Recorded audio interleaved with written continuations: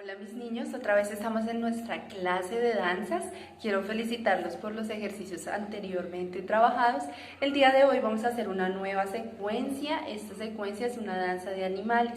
Para esto todos vamos a ponernos de pie, vamos a realizar algunos movimientos libres y también tienen que prestar atención a algunos movimientos que voy a proponer.